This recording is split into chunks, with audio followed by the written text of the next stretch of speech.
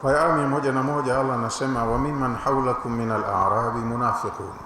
Wanajulishwa mtume na wale masahaba wake kwenye mji wao wa Madina pale. Katika watu waliosuhubiana nanyi hapo mjini,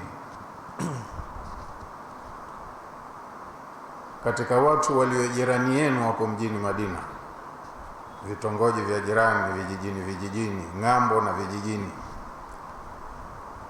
na hata waliomo wengine ndani ya mji, wana tabia ya unafiki, si waislamu wazuri.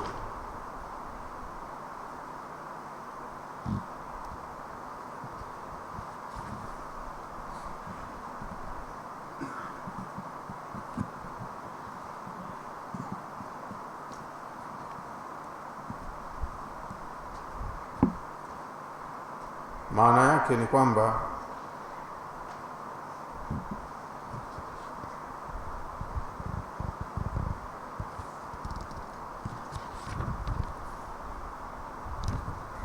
wa mimman hawlakum min al-a'rabi, wale waliojirani yenu waliokuzungukeni katika watu wa vijijini, munafiqun, wengi wao wana tabia ya unafiki ambao ni upungufu wa imani. Kwenye imani ya dini hawako vizuri. Wa mimman hawlakum ya ahla al-Madina, katika watu waliokuzungukeni pembezoni mwenu, enyi watu wa Madina. Wanaambiwa watu wa mjini Madina. Munafiqun min al-a'rabi, hawa ni wanafiki katika wale watu walio nje ya mji. Al-a'rabu manaziluhum qaribatun min manazilikum, hawa ni watu wa vijijini, makazi yao yapo karibu na makazi yenu. Yani ukiuacha mji nje ya mji na kuendelea huko, wanakutikana watu wa aina hiyo. Lakini wa min ahli al-Madina, hata hao watu wa mjini wenyewe, ukitoa hao wa vijijini, hata hao watu wa mjini wenyewe, yani wa min ahli al-Madinati munafiquna aidan, hata katika baadhi ya watu wa hapa mjini penye ustaarabu, panapohubiriwa dini, pia napo kuna wanafiki vile vile. Maradu ala nifaqi, wametopea kwenye unafiki, yani ni wanafiki wa nguvu. Laju fi nifaqi wastamaru alayhi, wamezama kwenye unafiki na wanadumu nao. Mawaidha pia hayawasaidii, wakasema tubadilike. Qala Ibn Abbas, amesema Ibn Abbas,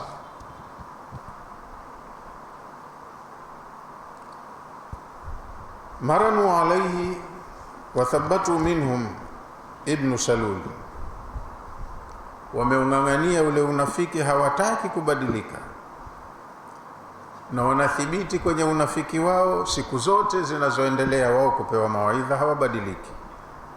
Minhum Ibn Salul, miongoni mwa hao ni huyu Abdullah ibn Ubay ibn Salul.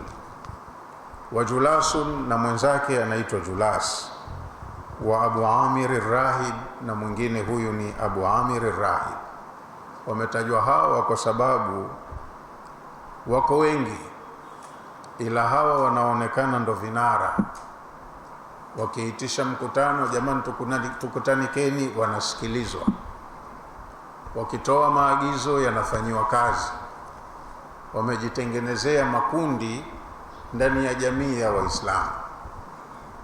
Kwa hiyo kuna mtume anasikilizwa na anatiiwa maagizo yake, lakini hawa wana influencing power ya kuwashawishi wale wanaowakubali hata hayo ya mtume yasisikilizwe. Ndio maana wakatajwa. Wamejitengenezea makundi ndani ya community pana ya Kiislamu. Ni tatizo, lakini kimaumbile lazima liwepo. Ndio maana kwenye miji mingi utakuta kuna majority ya Waislamu, lakini inashindikana kuwa kitu kimoja kwa sababu wana viongozi wengi. na kila kiongozi huwa ana dira yake, ana madhumuni yake. Kwa hiyo hata ukisema ni waitishe hawa viongozi basi tujadili namna ya kuwa pamoja, inashindikana, kwa sababu watu wana misimamo yao mfukoni. Kama wote wangelikuwa wana tabia ya kwenda kwenye msimamo wa Mungu wanataka nini, mtume kasimamia vipi, wangeelewana, kwa sababu hakuna mtu anayetaka yeye ashinde awe juu. Wote wanataka kushinda kwao au kuwa juu, wapate radhi ya Allah kwa kufuata litakiwalo. Lakini inashindikana kwa sababu watu huyumbishwa na watu wenye tabia kama hizi. Wako nje ya mji na ndani ya mji watu ambao msimamo wao kwenye dini si kutaka lile la Mungu liwe juu, wana yao ndo wanataka yawe juu. La taalamuhum, mtume akaambiwa wewe huwajui hawa watu. Yule aliyetumwa na Mungu hawajui watu kama hawa. Wapo mjini na wamekiri ni Waislamu, wanakuja msikitini, lakini wanakuwa wana misimamo yao tofauti na huyu kiongozi wao. Tena hata awe mtume wa Mungu kama huyu Muhammad kapata upinzani mkubwa kwa watu kama hawa. Na mtume ndo anaambiwa la taalamuhum, wewe Muhammad huwajui hawa watu, nahnu naalamuhum, sisi ndo tunawajua. Akisema lake hilo mimi sikubali, lazima liwe hili ninalotaka mimi, basi hata la mtume akisema halikubali, nyuma yake kuna watu wanamuunga mkono, ili hatulikubali. Hapa anatuyumbisha. Yani la taalamuhum anta ya Muhammadun, wewe Muhammad huwajui hawa watu. Limaharatihim fi nifaqi, kwa sababu ya umahiri wao kwenye ile tabia ya unafiki. Maana wanafiki wanakuwa sio watu wapumbavu, wasomi, sio mchezo. Wana mbinu, weledi wa kuongea, hotuba zao zina taathira, lakini wanayoyafanya hawana haja ya kutaka radhi ya Mungu, wana haja ya kutaka kupitisha lao walilonalo liwe. Kwa hiyo hawa wewe huwezi kuwajua kwa sababu ni watu mahiri sana, wasomi sana, wana hila nyingi. Allah pia kawasifu kwenye suratul Munafiqun kwa kusema idha raaitahum tu'jibuka ajsamuhum, kwa macho ukiwaona wanapendeza, watakuvutia, wako vizuri. Wa iyaqulu, na ukisema uwape mimbari wazungumze, utapenda. Tasma liqaulihim, waongeaji wazuri utapenda tu, utasikia kauli yao, wana mvuto. Lakini tatizo ni moyo, lengo lililomo moyoni silo wanalolitaka Allah. Wao na wao huwa wana malengo yao. Sasa kama Mungu kaona hivi, sisi tunaona tofauti, tunataka hivi. Kama mtume kaelekeza huku, sisi hapa tutapingana naye, tutaelekeza huku. Sasa wao wanakuwa wanavutana. La taalamuhum anta ya Muhammadun, huwezi kuwajua watu kama hawa wewe ewe Muhammad. Limaharatihim fi nifaqi, kwa sababu ya umahiri wao kwenye unafiki. Bihaithu, kwa namna ambayo yakhfa amruhum ala kathirin, hii tabia yao haijitokezi wazi, na wao ni werevu wa kujificha. Watu wengi hawawatambui kwamba hawa watu hawana nia njema. Wanazungumza mambo vizuri tu ya akhera, peponi, adhabu za motoni na nini, ndio yale wanazungumza, lakini lengo lao ni tofauti na lile lengo la mtume la kutaka kuwatoa watu kwenye viza kuwapeleka kwenye nuru, au kutaka kuwa neno la Mungu liwe juu, maneno ya watu wasiompenda Mungu yawe chini. Litakuna kalimatullahi hiya al-ulya. Watu wa kheri wanapofanya hizi harakati za dini, lengo lao huwa wanataka lile analolitaka Mungu ndo liwe juu, hata kama lake yeye litavia, la Mungu liwe juu. Wa kalimatul ladhina kafaru sufla, na lile lililopangwa na kafiri liwe chini. Lakini hawa wanalao, hilo lao ndo wanataka liwe juu, hata kama litalipita la Mungu, lao liwe juu. Lakini watu wengi hawawajui kwa sababu ya ule umahiri wao, ni weledi sana, wasomi. Walakin nahnu na'lamuhum, lakini sisi tunawajua. Yani Allah anamwambia mtume wake, mimi mwenyewe nawajua. Wa nukhbiruka an ahwalihim, na nitakuwa ninakupa habari kuhusu hali zao. Lolote watakalolifanya wewe hulijui, nitakujulisha. Chochote watakachopanga dhidi yako kama hujafahamu, nitakufahamisha. Sanuadhibuhum marrataini, watu kama hawa tutawaadhibu mara mbili. Yani kosa fulani alilolifanya mtu mjinga, atakapopewa adhabu yake, kosa lile lile kwa huyo atapewa adhabu mara mbili. Ndo maana yake sanuadhibuhum marrataini, tutawaadhibu mara mbili. Adhabu yao itakuwa double amount. Fi dunia, kwanza tutawaadhibu hapa duniani bilqatli wal asri. Kwenye mapambano haya watakuja kuingia kwenye 18 kama mnavyosema, watauawa kwenye vita au watatekwa. Inawezekana wako kwenye jeshi la mtume, kwamba ndo wanajifanya Waislamu, wakenda wakapigana, na mara nyingi huwa wanamfanyia khiana mtume, wanamsaliti kwa kukimbia njiani. Lakini Allah anaweza akawafanyia mtego, wakakamatwa mateka, au wakaingia mahala wakauawa duniani. Atakapouawa mtu kama huyu, inaonekana kauawa shahidi, si alikuwa kwenye jeshi la Waislamu anapigana na makafiri. Lakini Allah anasema kwa huyu hapa duniani itakuwa kampa adabu, na akhera hawezi kusalimika. Wa inda almauti bil adhabil qabri, na tutamuadhibu mara ya pili wakati wa kufa kwa kupata adhabu ya kaburini atakapozikwa. Hizo ndo mara mbili alizozungumza Sheikh. Thumma yuradduna ila adhabin azim, halafu akhira kwenyewe watakwenda kwenye adhabu kubwa. Duniani wanaweza wakapata adhabu kama hizo mara mbili, lakini akhira wanakwenda kwenye adhabu ya milele. Huko ndo kunako maisha haya ni ya mpito tu. Hii ni interim life, mmewekwa hapa kwa muda, kwa lengo maalum. Baadaye mkimaliza hilo lengo maalum la hapa, munakaa kizuizini, barzakhi, kaburini, mnasubiri kesi zenu. Baada ya hapo ndo kuna maisha ya milele. Sasa kwenye maisha ya milele, aliyejiandaa atakaa mahala pazuri, ambaye kaharibu atakaa mahala pabaya kwenye maisha yote ya milele yasiyokuwa na mwisho. Ndio maana kule akasema wenye kujua mafanikio huwa wanatafuta mafanikio ya huko, sio ya hapa. Hapa hata ukifanikiwa, haya si mafanikio. Huko kuna kwa maisha ambayo hayana mwisho, ndo utengeneze mazingira huko uwe umefanikiwa. Thumma yuradduna ila adhabin azimin, ay thumma fil akhirati yuradduna ila adhabin nari, kesha watu hawa huko akhira watarejeshwa kwenye adhabu ya moto. Alladhi, adhabu ambayo aaddahu Allahu lilkuffari walfujari, Allah ameiandaa kwa ajili ya makafiri na wenye kufanya makosa duniani.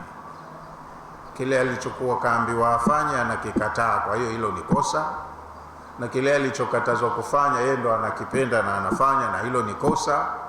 Na maisha yake yote figisu tupu, hafati utaratibu. Kwa hiyo akhira atakwenda kwenye adhabu ya moto, umeandaliwa kwa watu kama hao walioenda kinyume na mpango wa Allah. Wa akharuna atarafu bidhunubihim, kuna na watu wengine ukiacha hao wanafiki. Wa akharuna, kuna na watu wengine wa mjini na vijijini, i'tarafu bidhunubihim, huwa wanakiri makosa yao. Kufika pahala mtu akajua, ninavyofanya vibaya, kwa kweli nakosea, akakaa kitako, akaleta toba, akataka istighfari kwa Mola wake, kakiri nimekosea au nimeharibu. Ai, maana yake wa qaumun akharuna, kuna na watu wengine ukiachilia mbali hao wanafiki, aqarru bidhunubihim, wamekiri makosa yao, walam ya'tadhiru an takhallufihim, lakini baada ya kukiri makosa yao, lam ya'tadhiru an takhallufihim, hawakuja kwako Mtume kutoa sababu za kule kutokukufuata, kubakia kwao nyuma. Wengine si tuliambiwa huko juu walitoa dharura za uongo waruhusiwe wasiende vitani?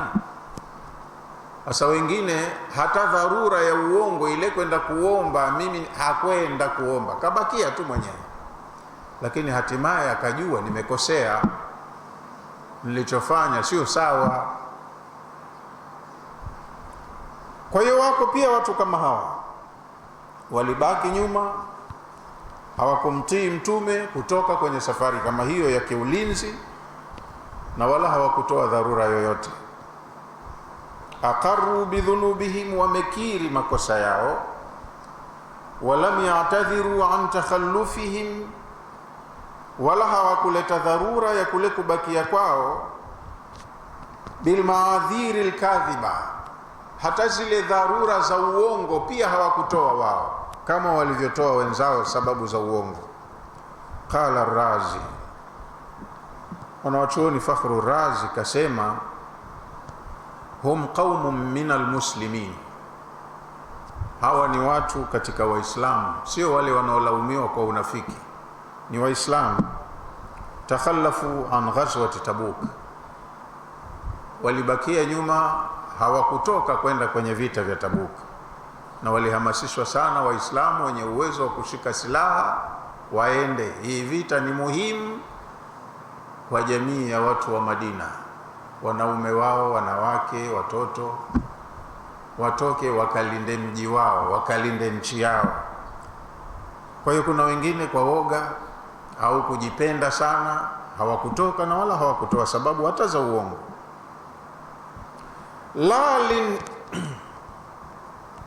La linifaqihim, si kwa sababu ya unafiki. Hawa ni Waislamu, lakini ule ni utovu wa nidhamu tu.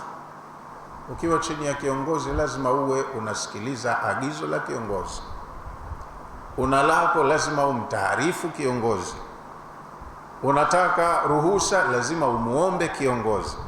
Sasa hawa hawana mentality ya kuwa ni wanafiki, si wanafiki, ni Waislamu, lakini kwa sababu ya utovu wa nidhamu hawakuwa ni wenye kutoa ushirikiano kwa kiongozi wao, hawakumtaarifu chochote. Bali kaslihim, tatizo ni uvivu wao tu. Mesiendi safari, kajisikia asiende, basi anaamua tu siendi. Thumma nadimu ala ma faalu watabu, halafu baada ya safari kuondokwa, wao walijuta kwa kile walichokifanya na wakatubu kwa Mola wao, kwa kweli tumekosea, tulichofanya sio sawa. Hawa ndo anawazungumza Allah.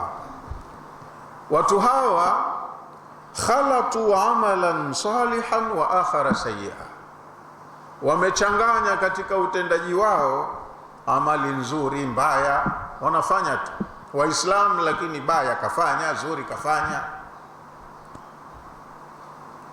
Khalatu jihadahum, wameichanganya ile jihadi yao asabiq, waliopigana au waliopambana huko mwanzo. Maana wengine labda walishiriki vita fulani, lakini vita hivi wakawa wavivu, wakasema hivi tena basi Mungu mwenyewe anajua. Sometimes kafanya vizuri, kaenda katoa ushirikiano, kwa ushiriki wake Allah akatia taufiki, wakashinda, wakalinda mji wao. Lakini mara nyingine uvivu ukampanda, akasema mara hii sitoki, na Allah hakutoa sababu yoyote. Hawa khalatu jihadahum sabiq, walichanganya jihadi yao waliopigana nyuma,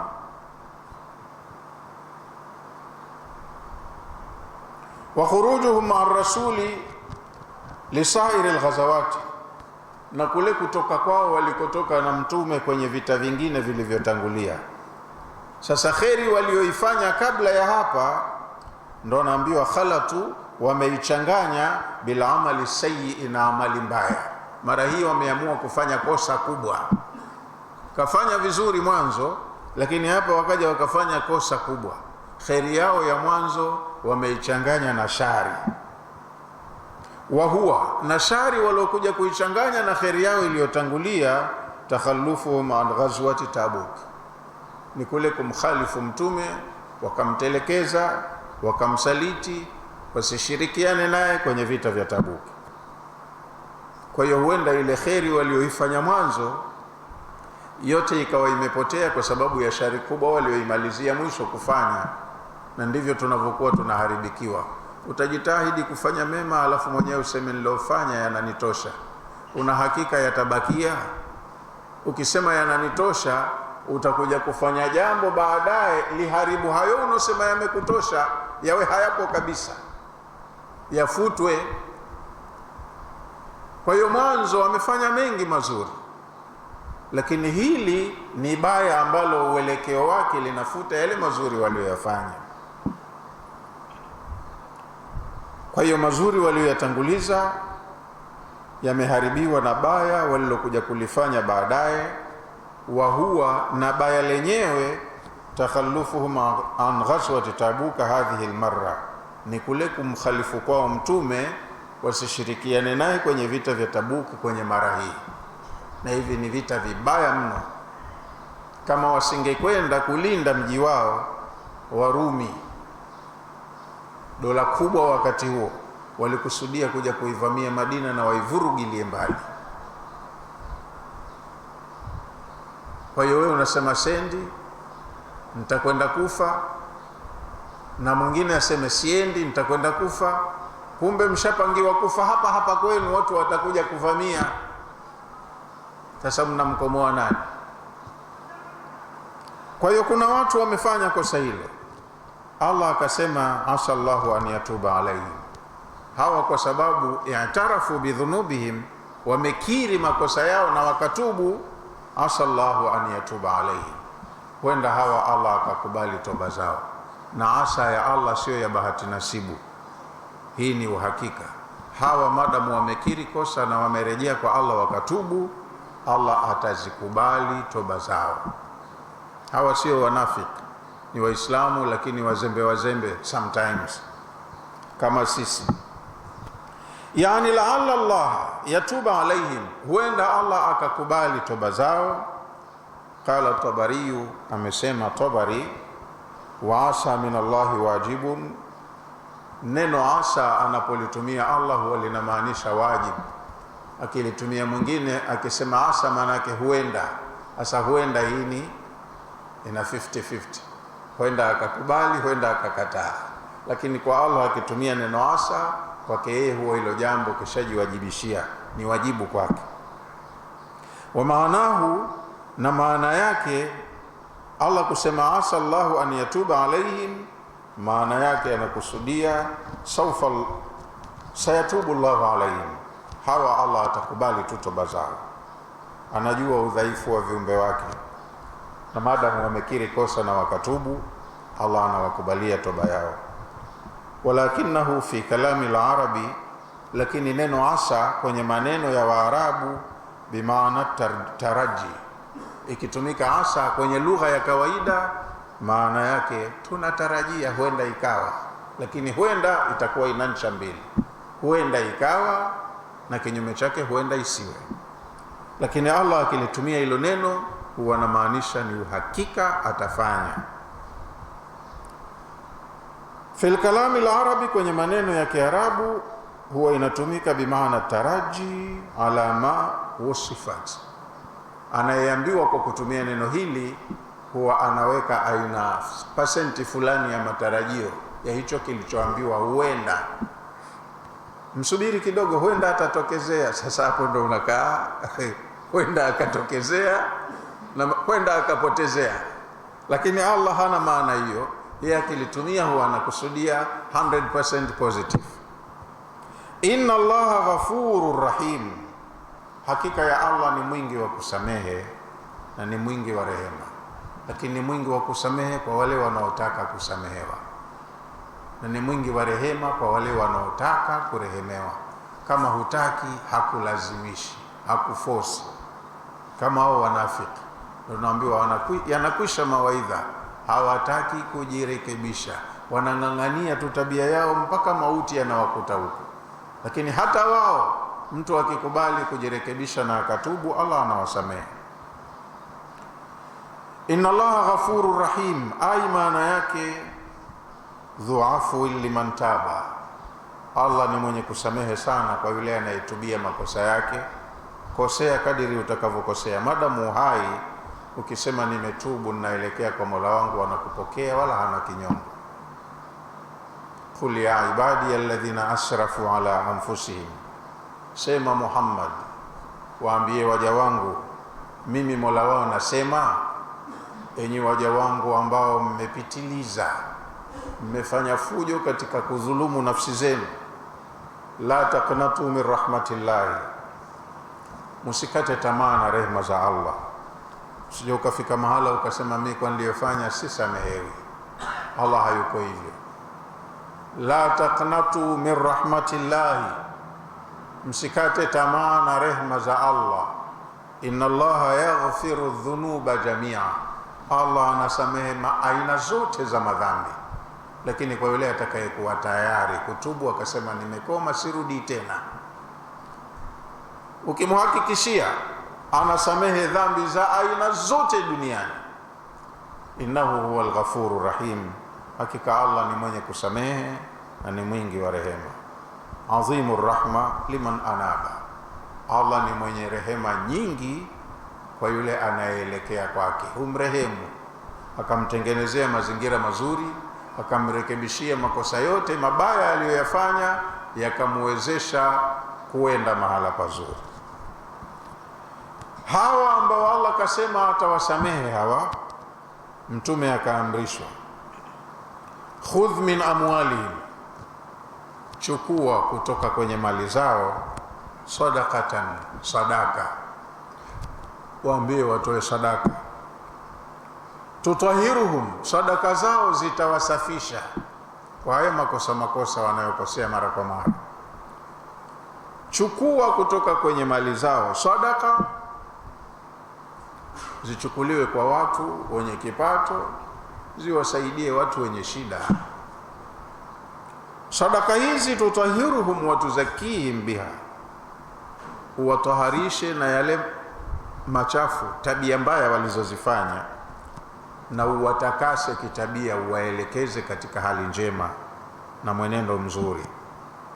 Baada ya kutoa sadaka, ulishakosea, ulishaharibu, ulijidhuru mwenyewe, lakini kwa sadaka yako Allah atakurekebishia, akuondolee yale madhara. Ulikuwa tabia yako ishakuwa sio nzuri, ni mbaya, haipendi kheri na inapenda shari, Allah atakutakasa, akurekebishie mwenendo wako, uwe ni mtu mwenye kupenda kheri na uchukie shari kwa kutoa sadaka. Khudh ya Muhammadun, chukua ewe Muhammad, min haulai, kutoka kwa watu hawa uliosifiwa, wapili hao, sio wale wanafiki. Chukua kutoka kwa hawa watu ambao walikosea wakajirekebisha.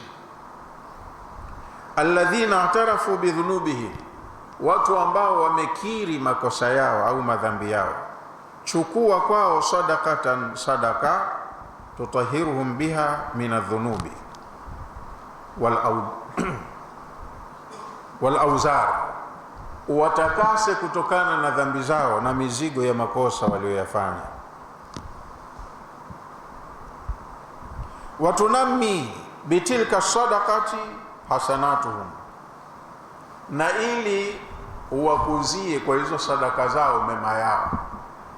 Yani sadaka ukitoa inaongeza uzito kwenye mema yako. Kama ulikuwa una mapungufu, umefanya kheri nyingi, lakini mwenyewe ukaziharibu kwa yale mabaya uliyofanya, kwa hiyo ushakuwa una wepesi kwenye mizani yako ya mema. Kwa kutoa sadaka, Allah anakuongezea uzito kwenye mema yako. Hata yartafiu biha, mpaka kwa kutoa kwa sadaka yale mema yao yanyanyuke, yawe na uzito. yartafiu biha, wanyanyuke kwa zile sadaka zao, ila maratibil mukhlisin al abrar, na wao wawekwe katika orodha, ratiba, vyeo, nafasi za watu waliokuwa na ikhlasi, waliofanya mema. Vile ukivuruga kwa makosa makubwa kama haya, mema yako yaliyotangulia na yote yanateketea, yanaharibika, unakuwa huna mema. Sasa ukitoa sadaka baada ya toba yako, Allah kwa fadhila zake anakurejeshea tena uzito kwenye mema yako, anakurekebishia moyo wako, anakutakasa tabia yako, unakuwa ni mtu wa kheri. Kuna kisa kilitokezea hapa hapa Unguja, wala si hivyo vya watu wa zamani wa Maka na Madina na kwingineko. Kuna mtu aliendewa kuombwa msaada wa kuchimba kisima ambacho kitatumika kwa msikiti na madrasa. Ni mfanya biashara, akabihi moyo, anasema mtaji wangu sio mzuri. Kwani kisima kinahitaji shilingi ngapi? Kaambia kinahitaji milioni 3 tu kwa zama zile.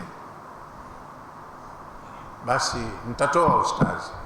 Akatoa milioni 3, zikachimbiwa kisima, kikasaidia maji kwa msikiti na madrasa na watu wa mtaani pale.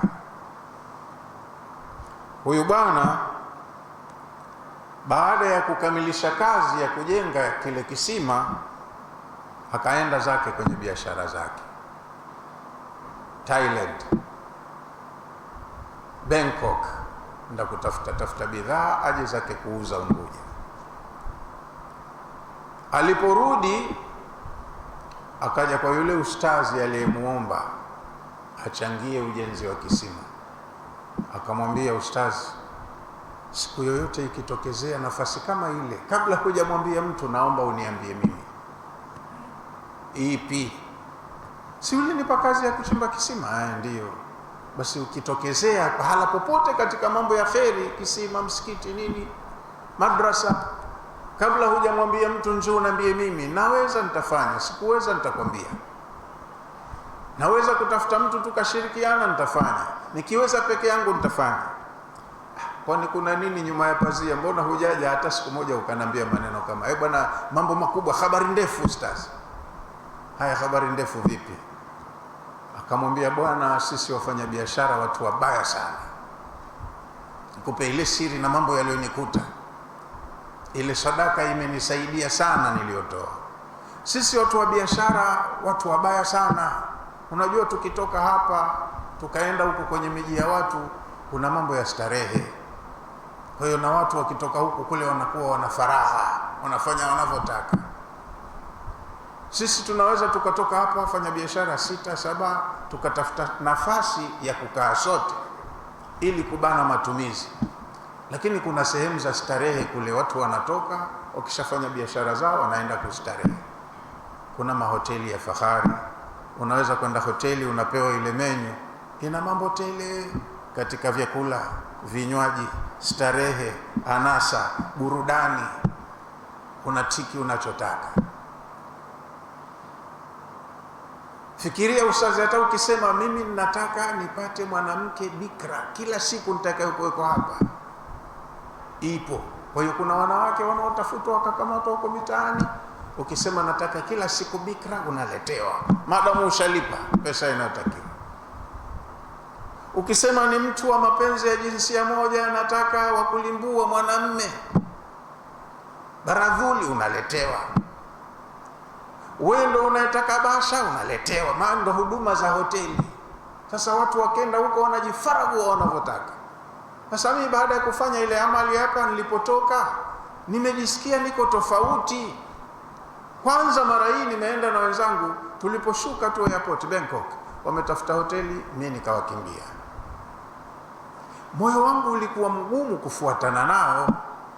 Nimewakimbia, nikatafuta bangalo sehemu moja ndogo duni tu, nikakodi, nikawa nalala geto tu. Chakula changu sili cha fahari, mimi nikawa ninakula chakula cha kawaida tu, madam halali na kula. Cha ajabu zaidi kilichonistaajabisha, mtaji wangu mimi mdogo, unajua tunakwenda nje lakini hatuna pesa kihivyo, nimeenda na pesa zangu ndogo sana. Lakini nashangaa wale wenye biashara, ninapooda, hebu nipe hichi, pisi ngapi? 10. Hichi, kwani hivi vitu huko kwenu havina soko? Naambia vinavyo soko. Sasa kwa nini unachukua 10 tu? Na kule watu wana magodauni yamejaa bidhaa, wanatamani zitoke watie nyingine. Basi wameniamini kunikopesha. Ambia kama zina soko chukua, wewe ukija tena utakuja kulipa. Sasa nimeaminiwa na watu hawanijui, si wajui, wakanipa mali nyingi. Cha ajabu, kushusha mzigo tu ndani ya wiki moja umekwisha, umenyang'anyiwa wote. Nimerudi kule baada ya wiki, watu wamefurahi sana kuwalipa zile pesa zao, wakaniongeza mzigo. Sasa nimeona kuna siri kubwa sana kwenye hii sadaka. Ndio maana nakwambia, kabla hujamwambia mtu niambie mimi, kipindi hichi kifupi tangu kumaliza ile kazi, yani nimenyanyuka sana. Allah kaninyanyua, alafu kaurekebisha moyo wangu. Sipendi yale mambo machafu machafu sasa.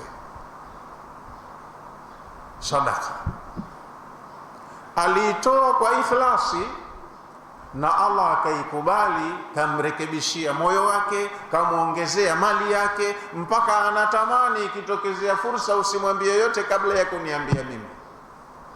Sasa hapa duniani haya mambo huwa yanatokea, lakini mtu haamini kwamba mtu Allah atakurekebishia moyo wako, atakutibu maradhi yako, atakubariki kwenye mali yako. Unafikiri kubarikiwa lazima itoke pesa kutoka mbinguni ishuke ijaye chumbani kwako? Hamna. Kwenye shughuli zako Allah atakufanyia wepesi ya kuongeze zaidi.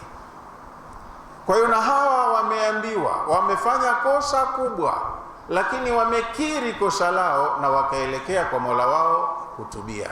Sasa anaambiwa Mtume, chukua sadaka kwenye mali zao, na sadaka sio wataifishie mali. Sadaka ni kitu kidogo tu, tena kiko ndani ya uwezo wako. La yukallifullahu nafsan illa wusaha. Toa kwa ikhlasi, uwe na nia njema, ukusudie hasa unamkabidhi Allah na umwambie shida zako. Allah akikuona ule ukweli wako, seriousness yako, ndo anayodili nayo. Khudh min amwalihim, chukua kutoka kwenye mali zao, sadaqatan, chukua sadaka. Sadaka hii lengo lake tutahiruhum wa tuzakihim biha, uwataharishe na uwatakase kwa hiyo sadaka yao. Washajichafua sana, wamejiharibia sana, kwa hiyo watoe sadaka iwe ni sababu Allah awarekebishie. Khudh ya Muhammadun, chukua ewe Muhammad, min haulai alladhina i'tarafu bidhunubihim, chukua kutoka kwenye mali za hawa ambao wamekiri makosa yao. Sadaqatan, chukua sadaka zao, tutahiruhum biha min adh-dhunubi wal auzari, uwatakase kwa sadaka zao kutokana na dhambi walizozifanya na mizigo ya makosa waliojibebea. Watunmi bitilka sadaqa, na uwakuzie kwa hizo sadaka zao hasanatuhum, mema yao yako dhaifu. Wakitoa sadaka inakuwa ni sababu Allah kuwaongezea kwenye mema yao. Hata yartafiu, mpaka yapande hayo mema yao.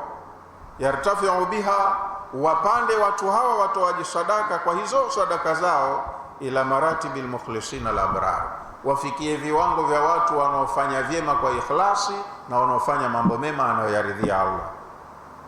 Hawanyang'anywi mali zao. Ili ufanye kitu, upate kitu, lazima utengeneze sababu Allah anataka kupitia sadaka. Fanya lile jambo gumu ambalo moyo wako haupendi kwa ajili ya Allah, ili Allah akurekebishie mambo yako mengine. Jengine akaambiwa Mtume, wasalli alaihim, waombee dua kwa Allah. Sala ni dua. Inna salataka sakanun lahum, dua zako ndio utulivu wao. Dua zako zinawasaidia sana hawa watu wafuasi wako. Yani wad'u lahum bil maghfira, wenyewe wametubu baada ya kukiri makosa, lakini na wewe Mtume waombee msamaha kwa Allah. Ud'u lahum bil maghfira, waombee msamaha kwa makosa walioyafanya. Fa inna duaaka, hakika ya dua zako wewe mtume, wastighfaruka, na kuomba kwako wewe msamaha, tumaaninatu lahum, ni utulivu kwenye nafsi zao. Wenyewe wameomba na wewe waombee, wewe unasikilizwa zaidi, maombi yako wewe yana kasi zaidi kuliko maombi yao. Qala Ibn Abbas, amesema Ibn Abbas radhiyallahu anhu, sakanu lahum, maana yake rahmatul lahum. Dua zako wewe mtume kuwaombea hawa kwa Allah ni rehema kwao, utawarehemu, utawatoa kubaya uwapeleke kuzuri. Wallahu samiun alim, na Allah anasikia maneno ya wasemaji na maombi ya waombaji. Alimun, na huwa anajua hata dhamiri zao moyoni. Kwa hiyo ukiomba uombe kwa ikhlas, na Allah awe anajua unamuomba kweli. Baada ya kufanya kheri, peleka baada ya kheri na maombi yako, Allah anayasikiliza. Ilaihi yas'adu al-kalimu at-tayyibu, kwa Allah maneno yenu mazuri yanapanda, yanamaanishwa dua. Wal amalu salihu yarfa'uhu, lakini amali njema ndizo zinazoyanyanyua maneno. Usipeleke tu ukasukuma maneno matupu matupu. Fanya amali ya kheri, uiambatishe na maneno yako ya maombi na dua, basi Allah anaichukua ile amali, ndo inayanyanyua na yale maneno ya dua, maombi yako. Wallahu samiun alim, Allah ni mwenye kusikia na anajua. Samiun liqaulihim, Allah anasikia kauli za wasemaji, anasikia maombi ya waombaji. Alimun biniyatihim, na huwa anaangalia nia zao, pale wakiomba wanakusudia nini, wanaomba kweli au ni uzoefu tu wa mdomo kutamka. Nia yako moyoni, umekusudia nini, Allah anakujua. Kwa hiyo ukifanya vitu vifanye seriously, usitanie, Allah anajua. Alam ya'lamu, kwani hawa watu hawajui? Anna Allaha huwa yakbalu taubata, hawajui watu kwamba Allah anakubali toba ya mtu aliyekosea? Tunajua. Alam ya'lamu, kwani hawajui? Anna Allaha huwa yakbalu taubata an ibadihi, Allah anakubali toba za waja wake waliokosea. Wakikiri tu nimekosea na sina usalama nikirudi, siuwezi ugomvi wa Mola wangu, basi urudi upatane naye, yaishe. Kwa hiyo wanahamasishwa watu suala zima la kutubu. Usiendelee tu na makosa mpaka mauti yakakukuta wewe mkoseaji. Fika pahala useme inatosha, na ninakokwenda kugumu, niliyoyafanya yatanigharimu, siwezi mimi shari nitakayoikuta kwa Mola wangu. Basi mbembeleze Mola wako akusamehe mapema, upatane naye, ukifa awe kakuridhia. Na hapa ndo anasema hivi Allah subhanahu wa ta'ala, alam ya'lamu anna Allaha huwa yakbalu taubata an ibadihi, kwani hawa watu hawafahamu, hawajafahamu tu bado kwamba Allah anakubali toba ya waja wake wanaokosea wakarudi, anawapokea, anawakubalia. Alistifhamu litakriri, Allah kauliza swali, lakini hana maana ya kwamba umjibu swali. Swali hili maana yake unatakiwa ufahamu hivyo, kama ulikuwa hujui. Allah anakubali toba ya mwenye kukosea akarudi, anampokea. Alam ya'lam ulaika ataibuna, kwani hawa waliokiri makosa na wakatubu hawajui? Anna Allah ta'ala huwa alladhi yakbalu taubata man taba, hawajui kwamba Allah anakubali toba ya mwenye kutubia?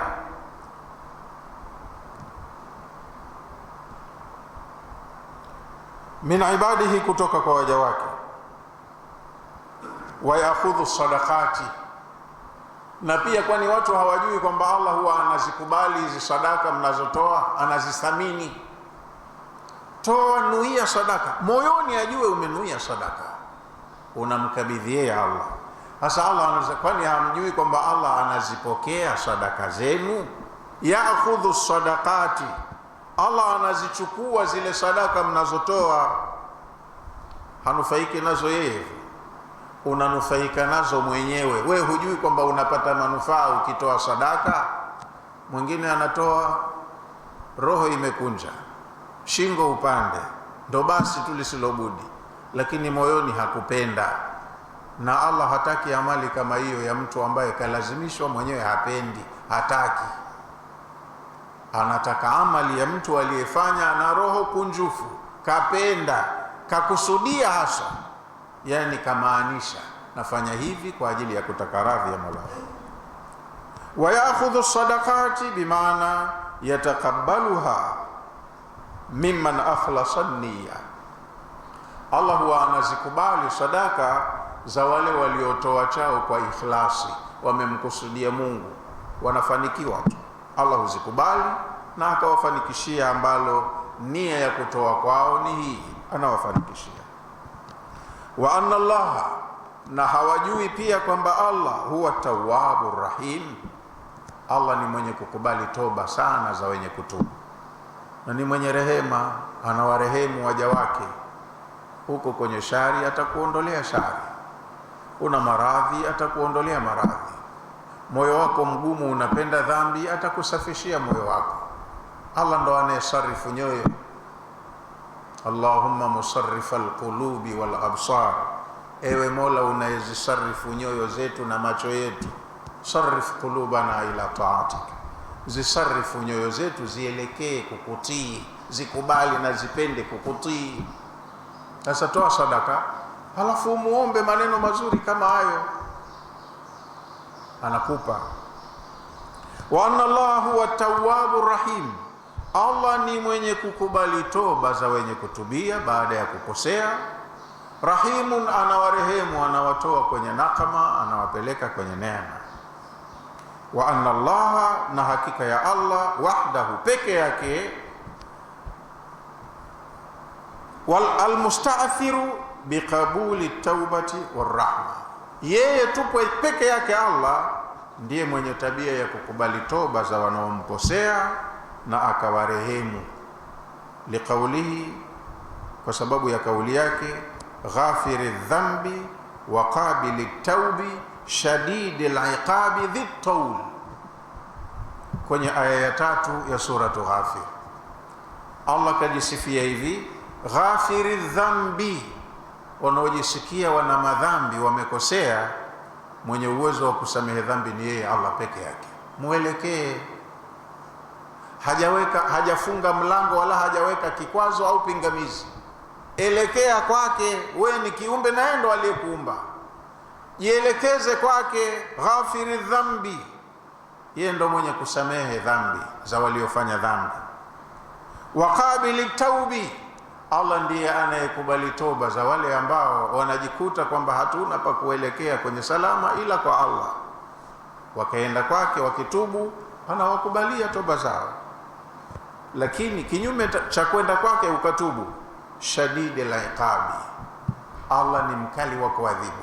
Ukenda kwako na makosa yako, ukenda kwako na maasi yako, ukenda kwake hali ya kuwa hukutekeleza maagizo yake, utamkuta mkali, hakuchekei. Shadidil iqabi, ni mkali wa kuadhibu.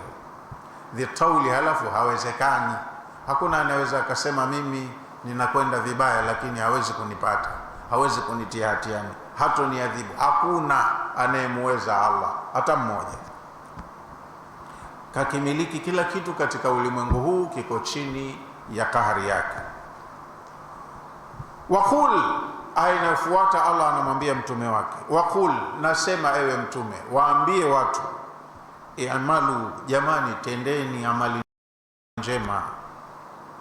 I'malu, tendeni. Hapa duniani mmeletwa kwa ajili ya kutenda. Kuna mambo yanaangaliwa kwenu, mtakapokwenda hamkuyatekeleza ni deni hilo, na kulipa kwake ni adhabu. Wa qul i'malu, waambie tendeni yale mliotakiwa kutenda, tendeni. Fasayara Allahu amalakum, Allah ataona mnachotenda. Allah anaona mnachotenda. Wa rasuluhu, na mtume wake ataona mnachotenda. Wal mu'minun, na waumini wataona mnachotenda. Kajitaja Allah, mtume wake na waumini, kwenye amali za uwajibikaji tunazofanya duniani. Siri yake ikoje? Sighatu amri, aya imekuja kwa mfumo wa agizo, amri. Tendeni ni amri, mutadhamminatun bilwaidi, halafu amri hii imefungamana na makamio ya Allah. Tendeni, yani ndicho mlichokusudiwa kuwekewa hapa. Hamkutenda mtakiona cha mtema kuni.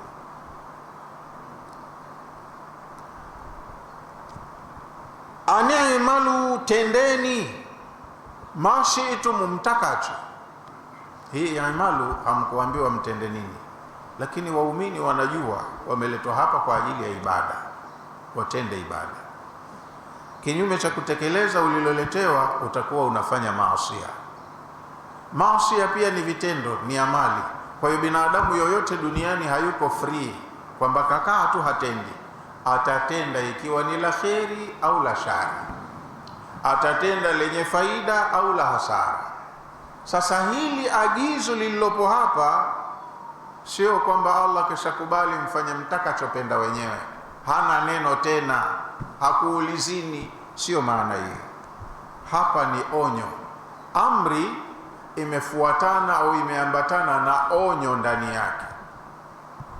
Maana yake inakusudiwa hivi: i'malu ma shi'tum, fanyeni mtakacho, lakini hajaruhusu. Fanyeni mtakacho, mtakavyojisikia kufanya fanyeni tu.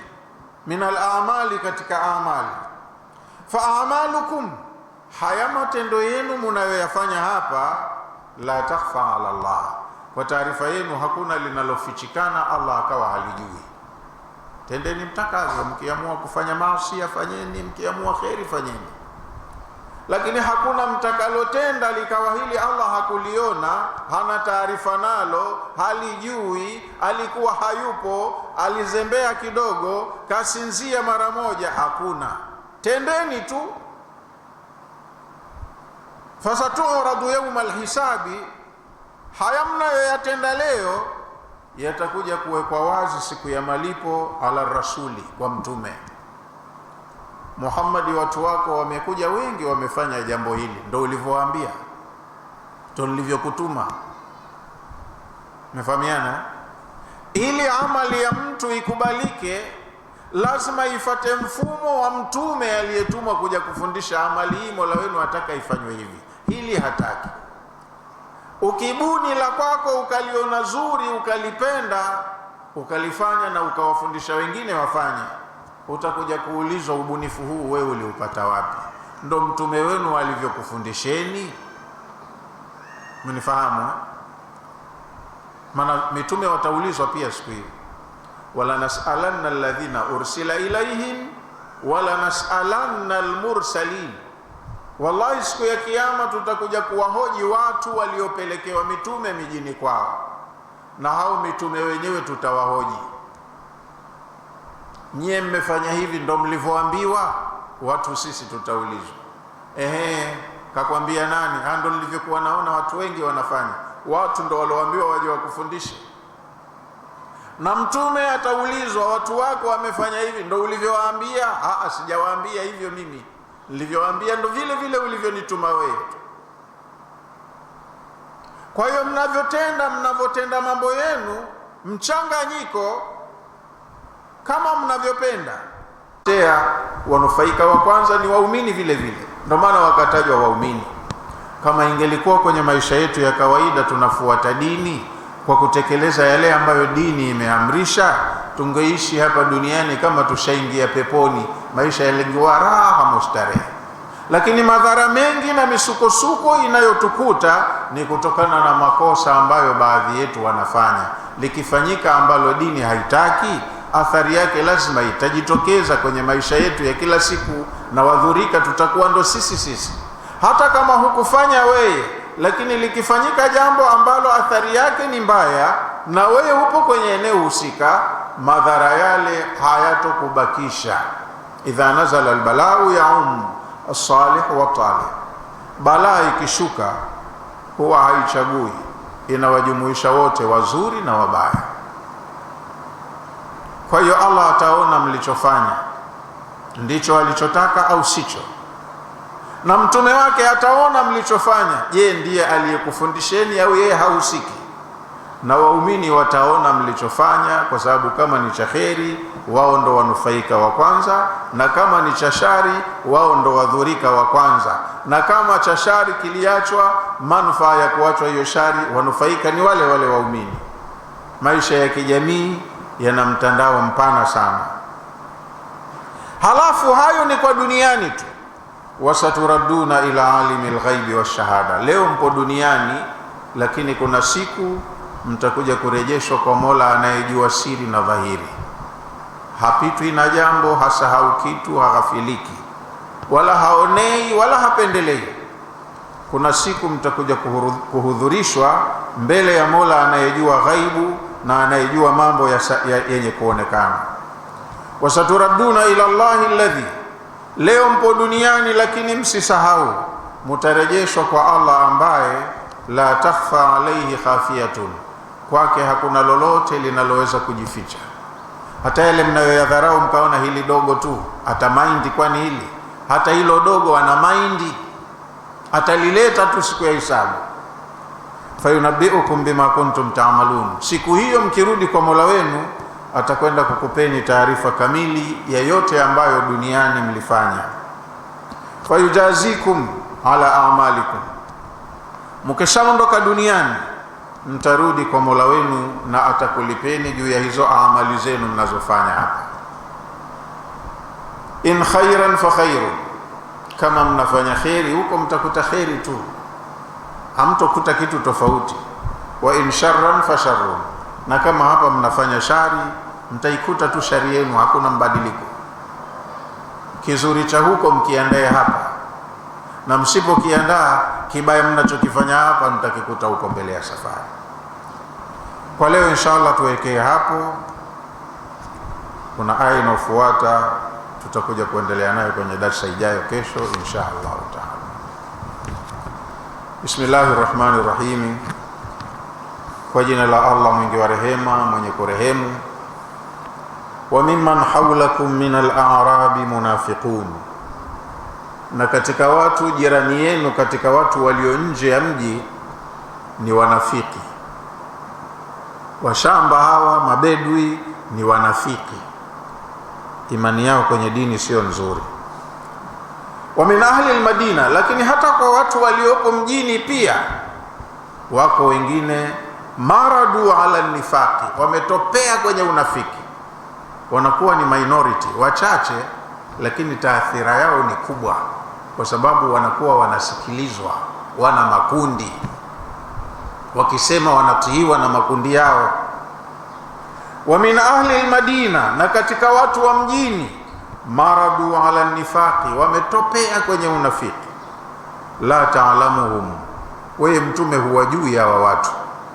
Nahnu na'lamuhum, sisi ndo tunaowajua, yani Allah anawajua waja wake. Mtume hawajui, lakini Mola wake aliyemtuma anawajua watu kama hawa. Sanuadhibuhum marrataini, hawa tutawaadhibu mara mbili. Thumma yuraduna ila adhabin azim, halafu akhira watakwenda kurejeshwa kwenye adhabu kubwa. Tutawaadhibu mara mbili duniani, akhira watakwenda kupata adhabu kubwa. Wa akharuna atarafu bidhunubihim, kuna na wengine sio wanafiki, ni waislamu wenye msimamo wastani, na wao huwa hawamaindi hili zuri hili baya, wanajifanyia tu kila kinachowezekana. Khalatu, waislamu hawa wanakuwa wanachanganya. Ikhtilatu ni kuchanganya vitu viwili, mseto. Khalatu amalan salihan wa akhara sayyi'a, wanajichanganyia tu kwenye maisha mazuri, wanafanya mabaya, wanafanya wamefanya mazuri alafu wanayafungamanisha na maovu. Asallahu an yatuba alaihim, hawa huenda Allah akakubali toba zao kwa sababu wametubia, lakini wamekosea. Wamefanya vizuri halafu wanavichafua vizuri vyao wakafanya mabaya. Inna Allaha ghafurur rahim, Allah ni mwingi wa kusamehe na ni mwingi wa rehema. kwa sababu wametubu, wamekiri kosa na wakatubu, Allah atawasamehe. Khudh min amwalihim sadaqatan, kwa waislamu kama hawa wachukua sadaka zao kutoka kwenye mali zao. Tutahiruhum bihi, tutahiruhum wa tuzakihim biha, tumia sadaka zao uwataharishie na uwatakase kwazo. Zile sadaka ndo zinakuwa sababu ya kumtaharisha mtu, na zile sadaka zinakuwa sababu ya kumtakasa mtu. Wasalli alaihim, halafu waombee dua au waombee msamaha. Wao wameomba, lakini kuomba kwao tofauti na kuomba kwako wewe, na wewe waombee msamaha. Inna salataka sakanun lahum, kuwaombea kwako ni rehema kwao. Dua yako na yao tofauti, kwa hiyo na wewe shiriki kuwaombea msamaha. Wallahu samiun alim, na Allah anasikia na anajua. Alam ya'lamu, kwani hawajui? Anna Allaha huwa yakbalu taubata, Allah anakubali toba, ana ibadihi, kutoka kwa waja wake. Waja wanakosea na hufika mahala wakakiri, kwa kweli tumekosea, wakielekea kwa yule mwenye kusamehe, mwenye kukubali toba, huwakubalia. Alam ya'lamu, kwani hawajui? Anna Allaha huwa yakbalu taubata an ibadihi, hawajui kwamba Allah huwa anakubali toba kutoka kwa waja wake. Wa ya'khudhu sadaqati, na Allah huwa anakubali sadaka zao, anazipokea sadaka zao. Wa anna Allaha huwa tawwabur rahim, na Allah ni mwingi wa kukubali toba na ni mwenye rehema. Wa qul i'malu fasayara Allahu amalakum wa rasuluhu wal mu'minun, na ewe mtume waambie watu, tendeni mnavyojisikia, lakini msisahau Allah atakagua amali zenu, na mtume wake atakuja kuhojiwa kuhusu mlivyotenda, na waumini pia ni mashahidi wa kilichotendwa. Kwenye anga zote hizo kuna ushahidi wa Allah siku ya kiyama. Wasaturadduna ila alimil ghaibi wa shahada, leo mpo duniani lakini mtakuja kurejeshwa kwa Mola wenu anayejua siri na dhahiri. Fayunabbiukum bima kuntum ta'malun, mkifika mbele yake atakwenda kukupeni taarifa juu ya kile ambacho duniani mlifanya. Tunaweka kwenye aya 105 kutoka 106, tutakuja kusoma kesho insha Allahu taala. Wa ala hadha alqadri yaqif, wa salamu alaykum wa rahmatullahi wa barakatuh.